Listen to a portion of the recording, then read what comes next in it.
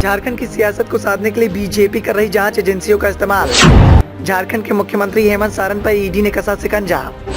जांच एजेंसियों के सहारे हेमंत सोरेन को बैकफुट पर ढकेलना चाहती है भारतीय जनता पार्टी।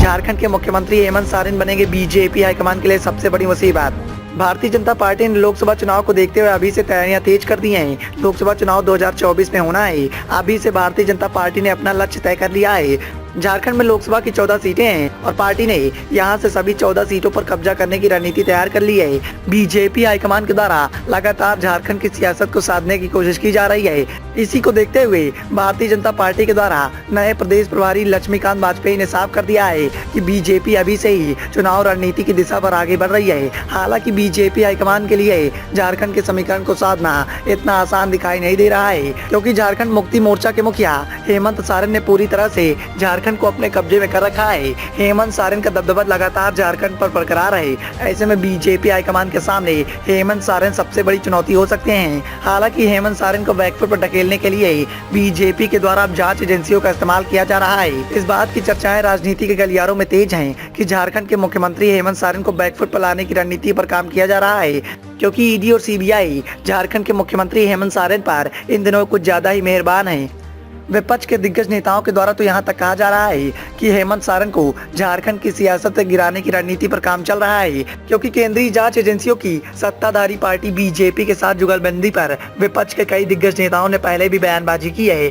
इन दिनों प्रवर्तन निदेशालय झारखंड के मुख्यमंत्री हेमंत सोरेन को लेकर कुछ ज्यादा ही सक्रिय दिखाई दे रहा है। झारखंड जमीन घोटाले के मामले में ईडी ने झारखंड के मुख्यमंत्री हेमंत सोरेन को सम्मन भेजा था। हेमंत सोरेन को 14 अगस्त को 10:30 बजे कार्यालय पर पूछताछ के लिए बुलाया गया था, लेकिन खबर निकलकर सामने आई कि झारखंड के सीएम 14 अगस्त को ईडी के सामने पेश नहीं होंगे।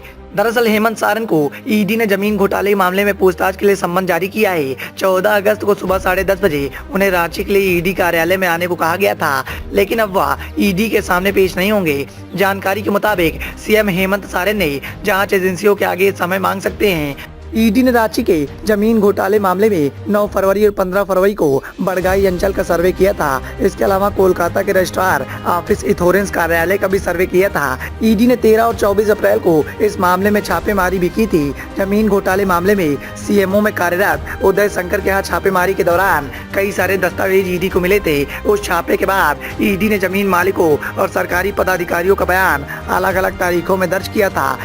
हालांकि ईडी की इस कार्रवाई को विपक्ष के दिग्गज नेताओं के द्वारा सत्ता की कुर्सी पर विराजमान बीजेपी का इशारा ही माना जा रहा है, क्योंकि बीजेपी झारखंड के समीकरण को साधना चाहती है। लेकिन बीजेपी हाईकमान को भी इस बात का एहसास है कि हेमंत सोरेन के होते हुए बीजेपी के लिए झारखंड के समीकरण को साधना इतना आसान नहीं है, क्योंकि बीते विधानसभा चुनाव में भी बीजेपी हाईकमान नरेंद्र मोदी के चेहरे का इस्तेमाल करते हुए विधानसभा चुनाव में जीत हासिल करने की खूब कोशिश कर रहा था।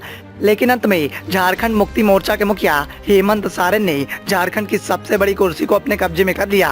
अब देखना यह है कि क्या बीजेपी अपनी इस रणनीति के माध्यम से झारखंड के मुख्यमंत्री पर कब्जा कर पाएगी, या आने वाले लोकसभा चुनाव में ईडी की ये कार्रवाई झारखंड के मुख्यमंत्री हेमंत सोरेन के लिए संवेदना का काम करेगी। Bureau report, the noise of India.